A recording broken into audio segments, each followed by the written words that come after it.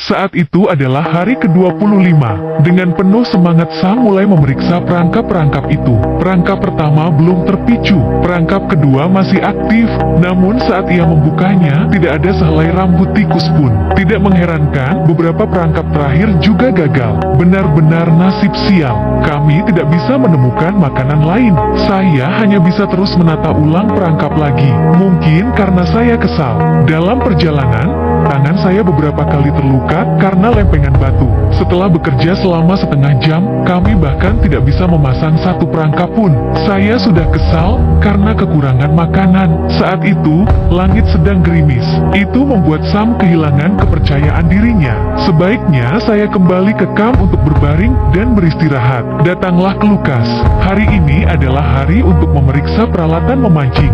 Dia segera membungkus perahu dengan terpal. Lukas segera mengambil dayung dan berlayar. Saat dia sampai di perangkap, saat dia menarik perahu, beban semakin berat.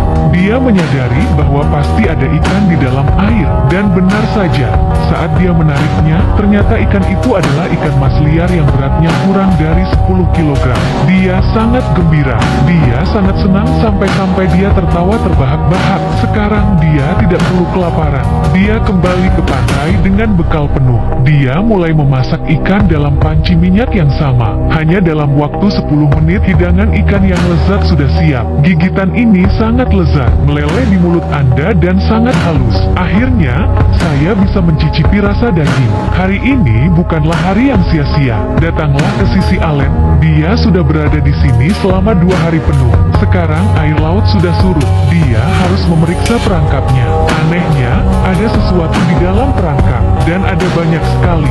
Memeriksa perangkap lainnya juga penuh dengan ikan. Ini adalah keberuntungan, bukan ikan lele yang besar.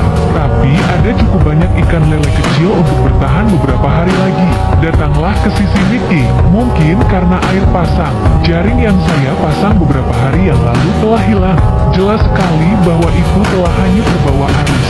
Jadi satu-satunya alat memancingnya hilang. Saat ini, perasaannya lebih buruk daripada menantunya yang berselingkuh. Dia berpikir alat pancingnya akan hanyut ke hilir di suatu tempat. Mickey mencari di bibir pantai selama setengah jam dan tidak menemukan apa-apa. Tidak ada lagi jaring. Apakah Mickey bisa terus melaju? Masih diperdebatkan. Ke sisi Alan, sejak terakhir kali dia menggunakan botol plastik untuk memanen makanan. Dia punya ide yang berani, karena perangkap ikan kecil bisa menangkap ikan kecil. Jadi jika Anda membuat perangkap ikan yang besar, Anda bisa menangkap ikan yang besar, bukan? Daripada hanya duduk di pinggir lapangan, dia harus mengambil inisiatif. Mulai hari ini, dia mulai menenun perangkap ikan besar miliknya sendiri. Pertama, dia mengumpulkan ranting-ranting yang lembut dan kuat, dan membengkokkannya menjadi bentuk dasar keranjang. Kemudian dia menggunakan yang lain untuk menentukan panjang keseluruhan, dan kemudian terus menganyam sepanjang bentuk dasar.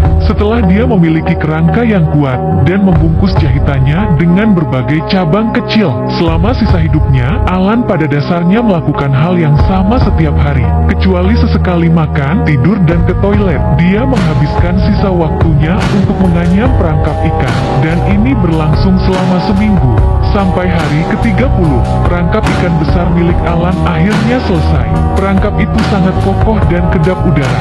Jika seekor ikan trot liar masuk ke dalamnya, bisa dipastikan dia tidak akan pernah kembali. Kemudian dia membawa perangkap ikan itu ke danau. Dia menemukan tempat yang sering didatangi ikan trot liar dan memasangnya. Dia berharap perangkap yang telah dia buat dengan susah payah akan membuahkan hasil. Menjelang hari ke-31, Alan bangun pagi-pagi sekali dan tidak sabar untuk memeriksa hasil tangkapannya. Namun yang mengejutkannya, tidak ada seekor ikan pun yang masuk ke dalam perangkapnya. Dia sangat marah. Dia tidak bisa pulang begitu saja setelah semua kerja keras yang telah dilakukannya. Alan merasa dia tidak menunggu cukup lama untuk memberikan umpan di dalam jebakan itu kesempatan untuk membusuk dan menguap. Mungkin jika dia kembali dalam beberapa hari, dia bisa mendapatkan makanan yang enak. Datang ke sisi Sam. Suhu sekarang 5 derajat di bawah nol. Rumput di sekitar kami tertutup embun beku. Dengan niat kelaparan, jika dia tidak bisa menemukan makanan, Sam mulai memeriksa perangkapnya. Mungkin Tuhan melihat bahwa dia sudah kelaparan dan kurus. Akhirnya, dia berhasil menangkap seekor tikus di dalam perangkapnya. Sam tidak bisa mempercayai keberhasilan yang tiba-tiba itu. Ketika dia kembali ke kamp, dia segera mulai mengolahnya.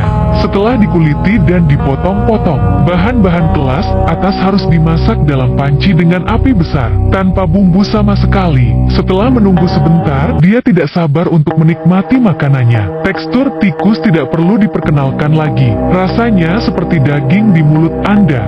Masih memiliki lebih banyak protein daripada daging sapi.